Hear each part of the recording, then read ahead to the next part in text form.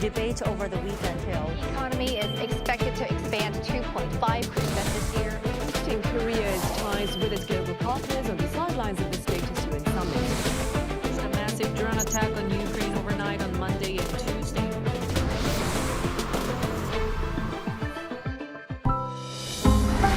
Arirang.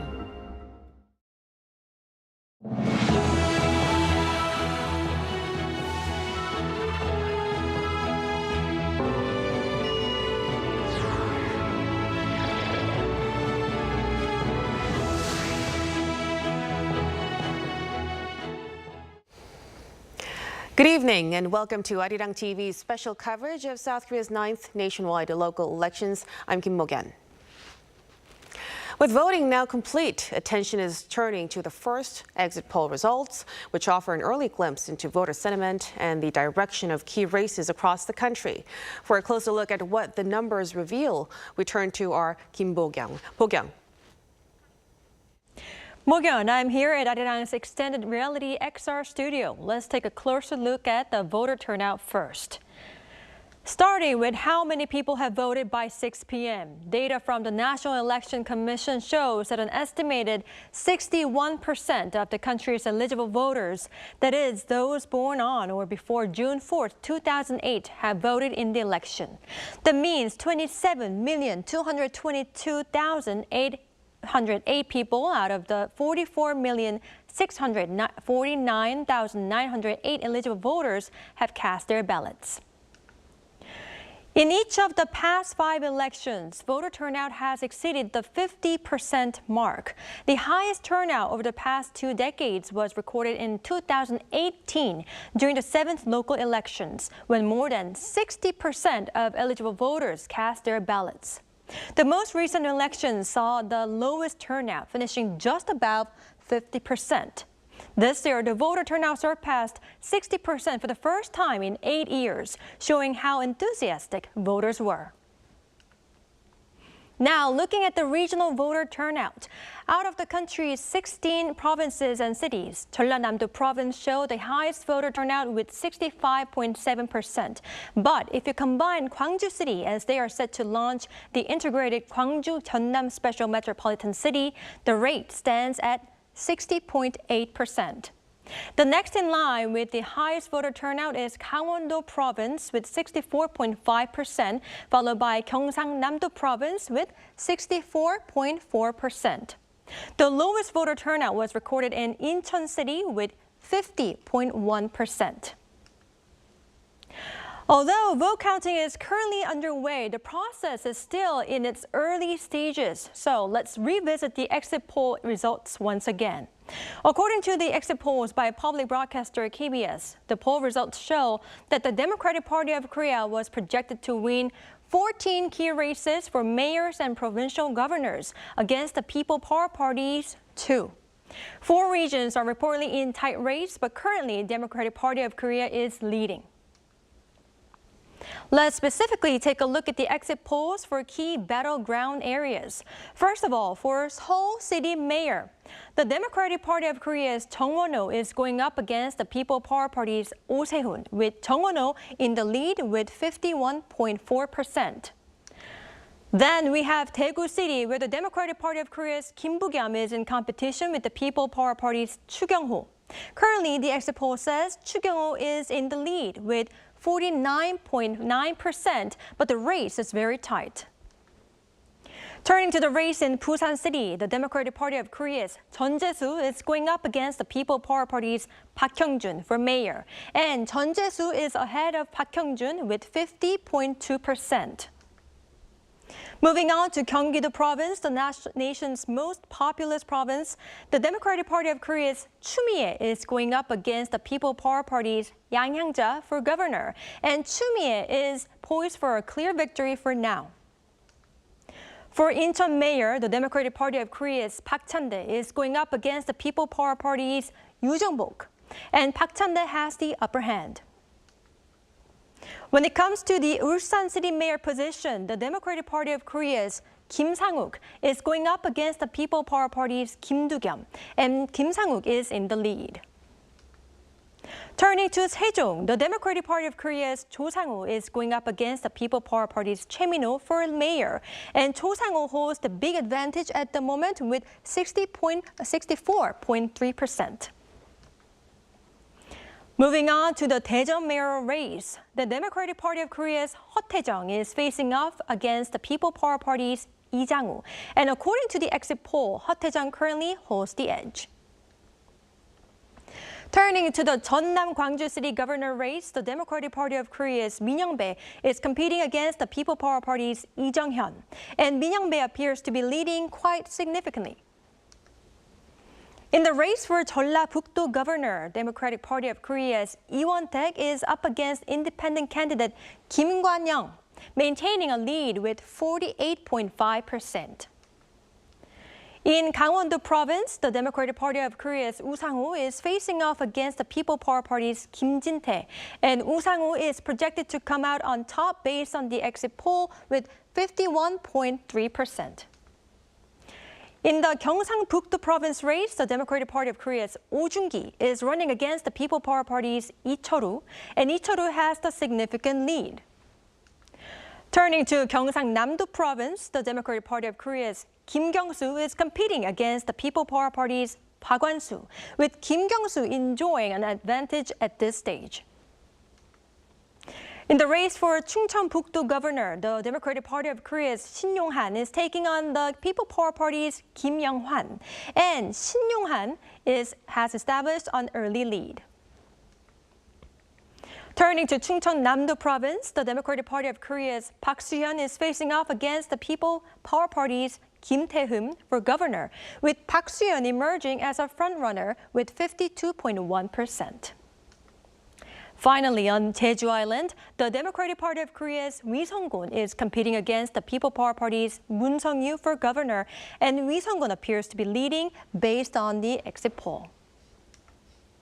Moving on to the by-elections. Out of 14 local districts where by-elections are taking place, we need to take a look at two major areas.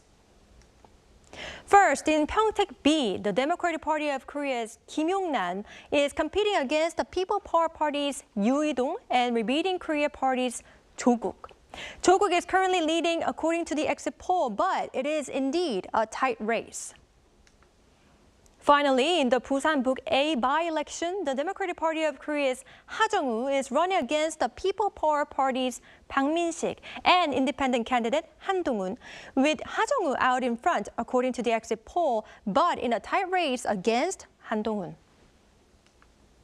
This was the exit poll results provided by KBS. Again, do mind that this is exit poll results and that the vote counting is currently underway, which is in its very early stages. Back to you, Mo-kyun.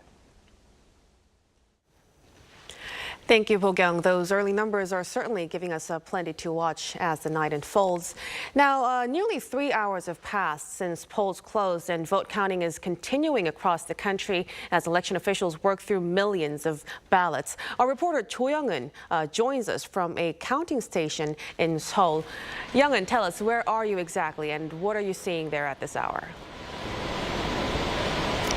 Good evening, Mo-kyun. I'm currently standing at a ballot counting station at Seoul National University in Seoul's Gwanak-gu district, one of the 258 counting venues nationwide.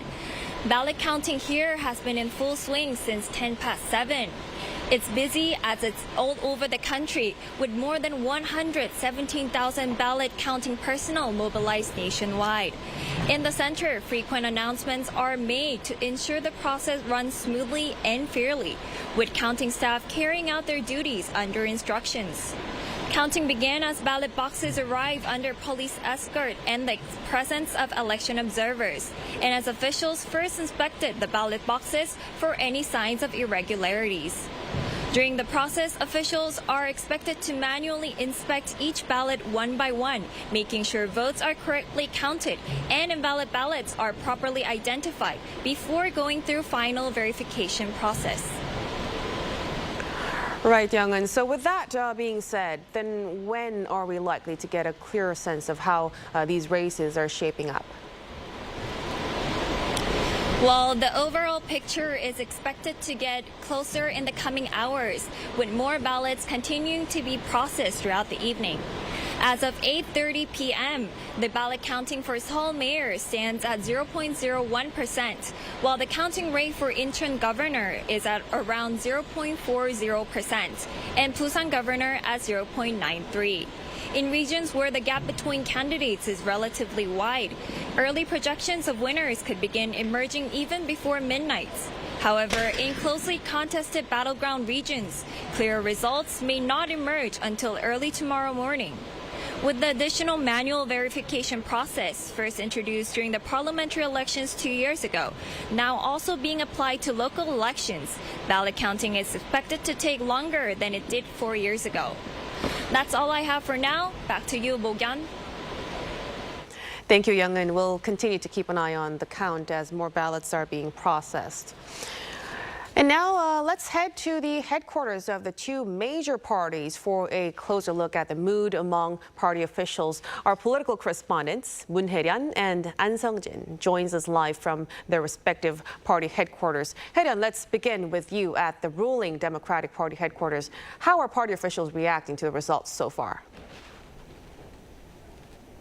Good evening, Morgan. It's been roughly 3 hours since the exit polls first came out, and when it did, the atmosphere inside the Democratic Party Situation Room here at the National Assembly's Members' Office building was electric. So the Democratic Party flagged 6 areas as the places to watch for tonight. So that includes Seoul, Busan, Daegu, Ulsan, and Gyeongsang-namdo and Jeollabuk-do provinces.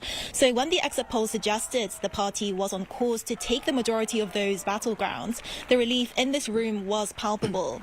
The biggest reaction came with Seoul, the headline race of the night, where exit polls put the Democratic Party's candidate Chung Won-ho ahead, and the room erupted. But the applause continued as more favorable results came in from traditionally conservative strongholds such as Busan and Gyeongsang-namdo province, results that, if they hold, would represent a significant breakthrough for the DP. The DP said that the exit poll reflects public support for the Lee administration, with these elections being the first nationwide vote since he took office. The party leadership, Chairman Jang Chang-nae and floor leader Han Byung-do, came in just before the exit polls began and joined the celebratory atmosphere.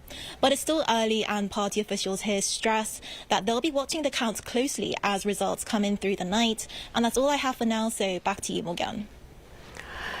Thank you, Hae-ryun, for that. Now let's see how the mood compares on the other side of the political aisle. Sung-jin, let's bring you in from the PPP headquarters in Yeouido. It's been about 3 hours since exit polls were released. How would you describe the mood over there? Right. Good evening, Morgan. Just as you mentioned, it's been around 3 hours since the exit polls were first released at 6 p.m. And since then, the party's election situation room has sunk into silence, with most party officials, including Chairman Jang Dong-hyuk, having left long ago around 6:40 p.m. But the party has just convened an emergency briefing, so we will have to keep an eye on that for the details. Now, heavy silence has fell into the situation room over the party's election situation room immediately after the exit polls were released. Now, party officials who had been cautiously optimistic throughout the day were met with a sobering projection as the exit poll projected the People Power Party leading in only one of the 16 metropolitan and gubernatorial races. The party has managed to hold on to one of its traditional strongholds of Daegu, which is still considered a competitive race. Busan, Daegu, Jeollabuk-do province, and Gangwon-do province remain as closely contested areas. Now, though before polls closed at 6 p.m., chaos over a ballot shortage had left voters stranded in some polling stations in Korea. The PPP has demanded a full investigation, calling on the National Election Commission to guarantee every single citizen waiting in line is able to cast their ballots. Now, this outcome falls short of expectations within the party, which had hoped a late surge in conservative voter turnout could translate into victories across several of those competitive regions. The party will continue to monitor closely tied races in the competitive regions. That's all I have for now. Back to you, Mo-Kyun. And that was our correspondent, An Sung-jin, at the main opposition People Power Party headquarters. Thank you for the latest updates. And now it's a little past 9 p.m. here in Seoul, and while it is still early in the count, the first trends are beginning to emerge from today's local elections, and those early results are already offering clues about voter sentiment and the broader political landscape. To help us make sense of what we're seeing so far, we're joined in the studio by Choi Hyun-jin, professor of political science at Kyunghee University. A very big welcome, Professor. Thank you for having me. So let's start with the numbers first, Professor. So voter turnout, it appears to be rising from the previous local elections, and also it followed a record early voter turnout, of course. So what does today's turnout tell us about voter sentiment? Yes, we had a 61% voter turnout. It's quite high for local election. And also it is almost more than 10 percentage point higher than the previous local election. And also it came after a record high early voting rate of 23.5%. I think this shows a very high level of people's interest and also political engagement. And also looking at the result of exit poll, it appears that this high turnout rate worked more in favor of the Democratic Party, the ruling party. So many voters seem to have used this election to give their support to the new Lee Jae-myung administration and also give President Lee an opportunity to move forward with his agenda. At the same time, this result at the exit poll may also show some disappointment with the opposition, the People Power Party. So I think today's turnout shows both support for the new administration and also warning message to the opposition. Right, so a whopping 61% as of now. It's quite big. And so what can this large, high turnout actually say about the actual results? Yes, whenever there's some increasing, voting turnout, both parties, claim that this high turnout helped them, right? So, for example, Democratic Party argues that the high turnout shows that more voters came to support the government, while the opposition party argues that the people want to check the government, right? But however, what matters is not just how many people voted, okay? What is more important is, who voted and also where they voted. And therefore, only using the single turnout rate, it's very difficult to predict the outcome. For example, if the turnout rate is especially high among voters in their 30, 40, and 50, it is a good sign and it may be more favorable to the Democratic Party. But however, if the turnout rate is higher among young generation, for example, in their 20s, and also older people over 60, it could be a good sign for the People Power Party. So regional patterns also matter. Take Seoul, for example. If there's high turnout rate in conservative districts such as Gangnam, maybe it could be more favorable to their sitting mayor Oh Se-hoon. But if the turnout rate is higher in other parts of the city, it could be good for the challenger Chung Won-ho. So, what the key question is not how many people voted. It is the key question is which party did a better job of bringing their supporters to the voting booths. Right. So higher turnout doesn't necessarily point out to a particular political direction we're seeing. Now we have moved from voting to counting at this hour. Were there any early results that caught your attention tonight, Professor? Yes. So it's too early to predict the final outcome, but only look at the result of the exit poll. So what stands out to me is the overall picture. So the exit polls show that the Democratic Party is leading in many parts of the country. So it is ahead in 11 out of the 17 governor and mayor races, while the People Power Party is leading only in one province, that is Gyeongbuk. And several other provinces, like 5 races, remain very close. Okay.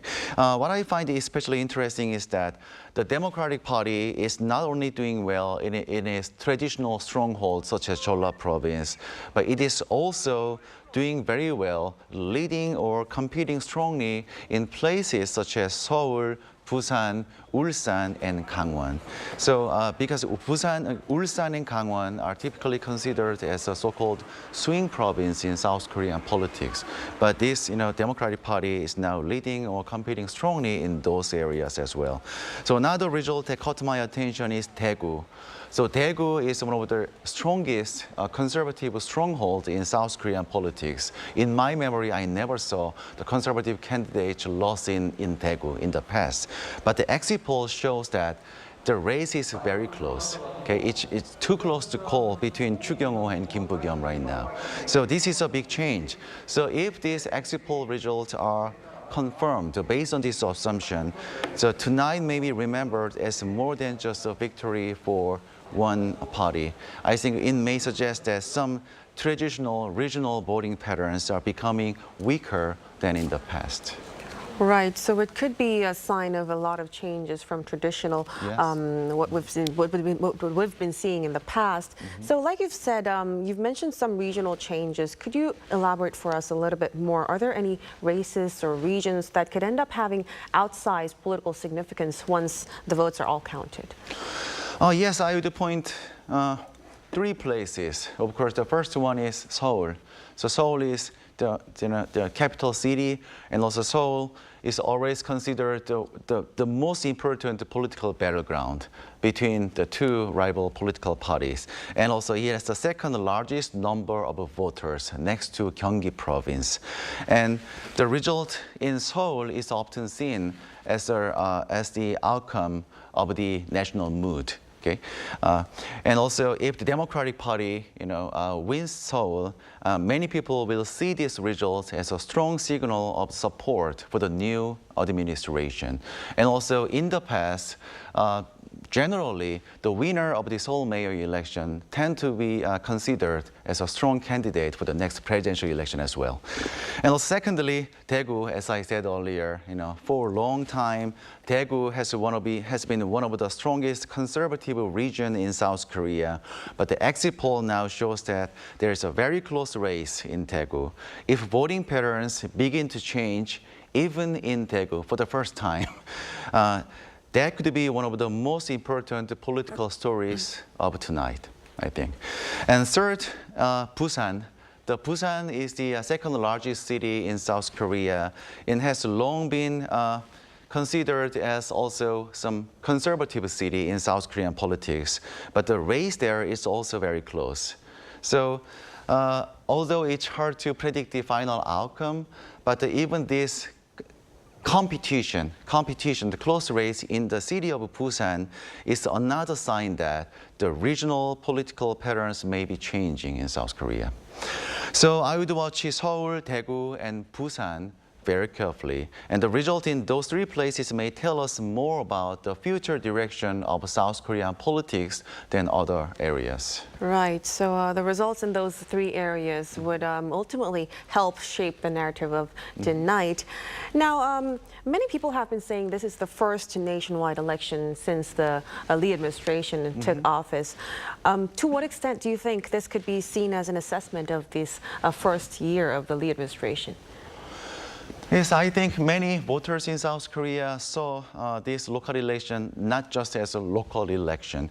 So I think it was the first nationwide election since the beginning of the Lee Jae-myung administration just about 1 year ago. And many voters are using this election to express their view on the incumbent government and also the opposition party. So if the exit polls are confirmed, the many voters seem to have given President Lee and also his new government some positive early report card. So there has been some achievement made by President Lee.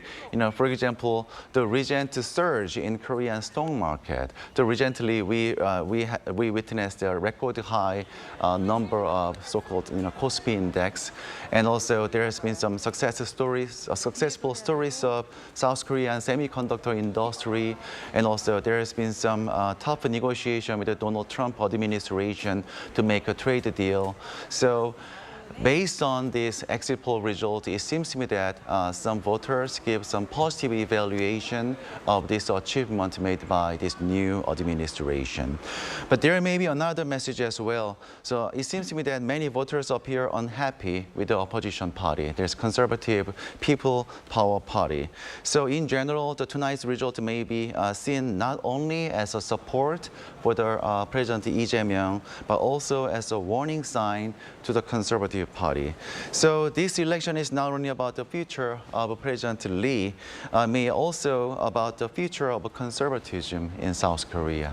Right, so it does really send a message to both parties right now. But when we look beyond just winners and losers of this elections, what do you think would be the broader political significance of the results coming in tonight?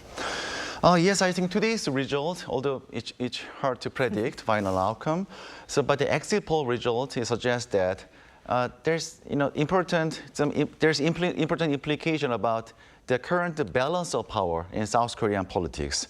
The Democratic Party appears to be winning not only in its traditional strongholds such as Jeolla province, but also in several other key battlefield regions, so-called swing areas. So at the same time, the results also suggest that the Conservative Party is facing a serious challenge. So many voters seem unhappy with the PPP, and many people feel that the party has not shown enough change since the impeachment of the former President Yoon Suk-yeol. So the bigger question is now not only what this means for President Lee's government, okay, but the bigger question is what happens to the conservative camp in South Korean politics. So can PPP change and rebuild the political trust and attract more voters in the future? And then maybe one of the most important political stories to watch in the years ahead. And also the second implication of this election is polarization. So the this election process reminds us that the political division within South Korea still remain a major challenge for us. So there's a regional voting patterns. There's still regional voting patterns in South Korea, but today there's a political divisions are shaped by age, generation, gender, and ideology. So in other words, the people are somehow polarized into two rival camps. So in many ways, the South Korean politics has become more polarized than the simple regional divide over the past. And therefore, the bigger story tonight may not simply who won and who lost. So the bigger question is whether South Korean political parties can regain its political trust, and also how can they build broader support across different groups of voters. Indeed. So this implications could extend well beyond just this election cycle. Now, finally, so as we are waiting for the results to come out, Professor, what will you be watching most closely over the next couple of hours? Tonight, I'll be watching the close races. So in the governor and mayor races, I will focus on places such as Daegu, Busan, Chungbuk, Chungnam, Jeonbuk, and Gyeongnam, okay, where the margins are still very small, okay, between candidates. So these races will help us understand whether the exit polls accurately predict the actual outcome. So I will also paying attention to the by-election for the National Assembly. So there has been some very interesting two by-election campaign. One race that stands out is Busan Bukgap, where independent candidate Han Dong-hoon is running strongly against the Democratic candidate Ha Jung-woo. And that race could become a very important implication for the future of the conservative camp, because the independent candidate Han Dong-hoon is the former head of the PPP party. And another important race is Pyeongtaek-eul in Gyeonggi province, where three candidates, Kim Yong-nam, Yoo Hee-dong, and Jo Guk, are competing very closely. It's really impossible to predict the outcome in this district. The result there may tell us something about the future shape of opposition politics. So over the next few hours and night, I will be looking at who wins, but also how close these races are in these so-called swing areas. Sometimes the margin can tell us as much as the winner. Right, definitely. So we'll be certainly watching for how these results would continue to unfold in the coming hours. But as for now, thank you so much for your insights tonight, Professor Che. Thank you very much.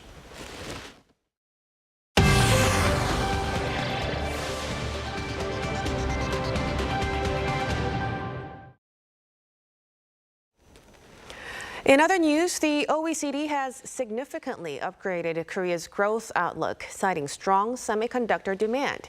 The forecast was raised to 2.6%, with further upside movement seen if demand continues to strengthen. Kim Jun-hong has the details. The Organization for Economic Cooperation and Development has sharply raised its growth outlook for the Korean economy to 2.6% this year.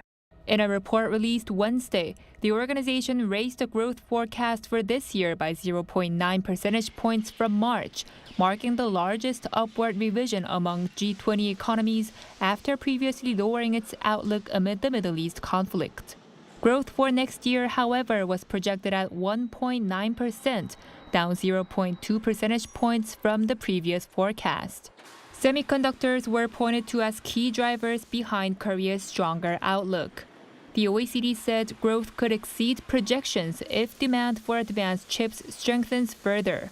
It also cited solid export growth and chip-led investment, while consumer spending is expected to gradually recover with fiscal support.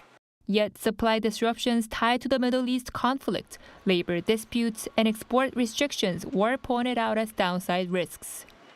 The Consumer Price Index for this year was also revised to 2.6%, down 0.1 percentage point. Inflation is expected to ease to 2.2% next year, with the OECD saying it is falling back to the Bank of Korea's target level. The organization also said government-led measures, including price caps and fuel tax cuts, are likely to help cushion inflationary pressure caused by energy supply disruptions. Global growth is forecast at 2.8% this year and 3.1% next year, as the OECD warned of pressure from rising energy prices and trade disruptions linked to the Strait of Hormuz. Kim Jun-hong, Arirang News. South Korea and the United States have concluded their first round of talks on nuclear-powered submarines and civil nuclear cooperation.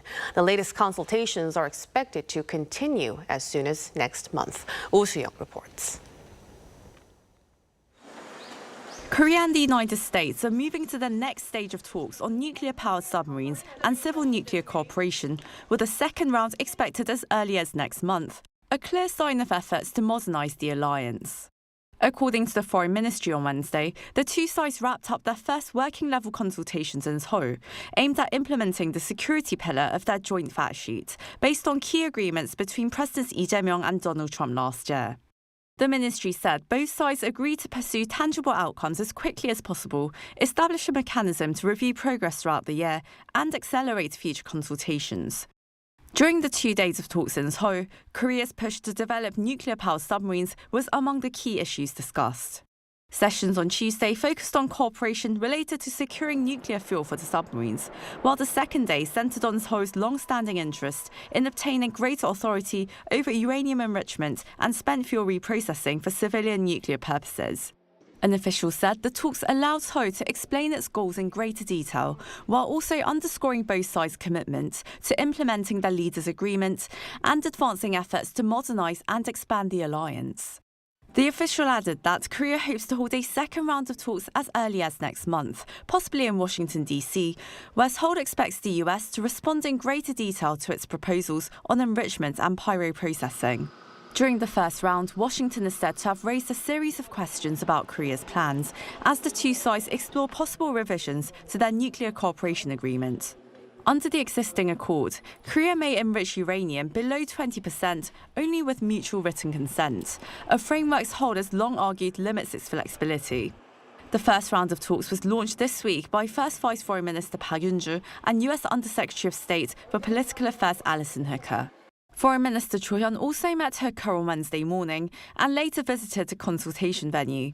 Taking to X, Cho posted that the two countries agreed that close communication and cooperation are more important than ever amid rapidly changing global circumstances.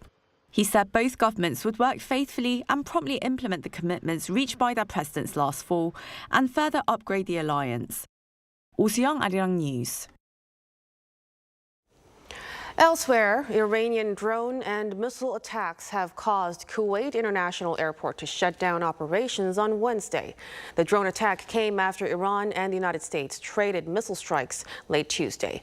Cha Yun-kyung has the story. The Civil Aviation Authority of Kuwait, the Directorate General of Civil Aviation, has announced that Kuwait International Airport was severely hit by Iranian drones and missiles on Wednesday, causing injuries and significant damage to buildings. The DGCA added that it activated an emergency plan to suspend and divert flights until further notice. In a statement from a Defense Ministry spokesman, the Kuwaiti Armed Forces are monitoring the situation and remain on full alert to respond to further attacks. The drone attack came after Iran and the United States traded missile strikes late Tuesday. According to Reuters on Wednesday, Tehran launched the offensive as a direct retaliation to a U.S. strike on an Iranian tanker near the Strait of Hormuz and a military communications tower on Kishim Island.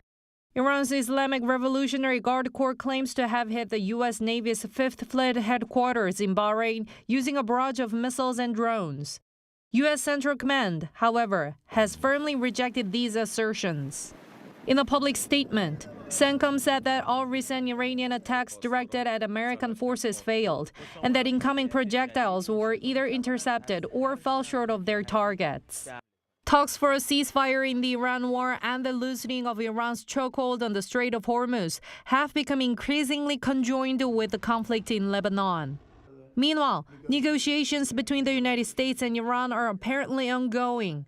Amid reports from Iranian media that the talks had been halted due to fighting in Lebanon, U.S. President Donald Trump wrote on Truth Social that such reports were false and erroneous, and emphasized that negotiations had been going on continuously, though where the talks were leading was still unknown. His refutal came after Iranian news agencies reported that the clashes on Tuesday were triggered when Iran stopped communicating with mediators about extending a ceasefire. Cha Yun-kyung, Arirang News. And that wraps up our Election Day special coverage. This was Kim Mo-kyan. Thank you for watching.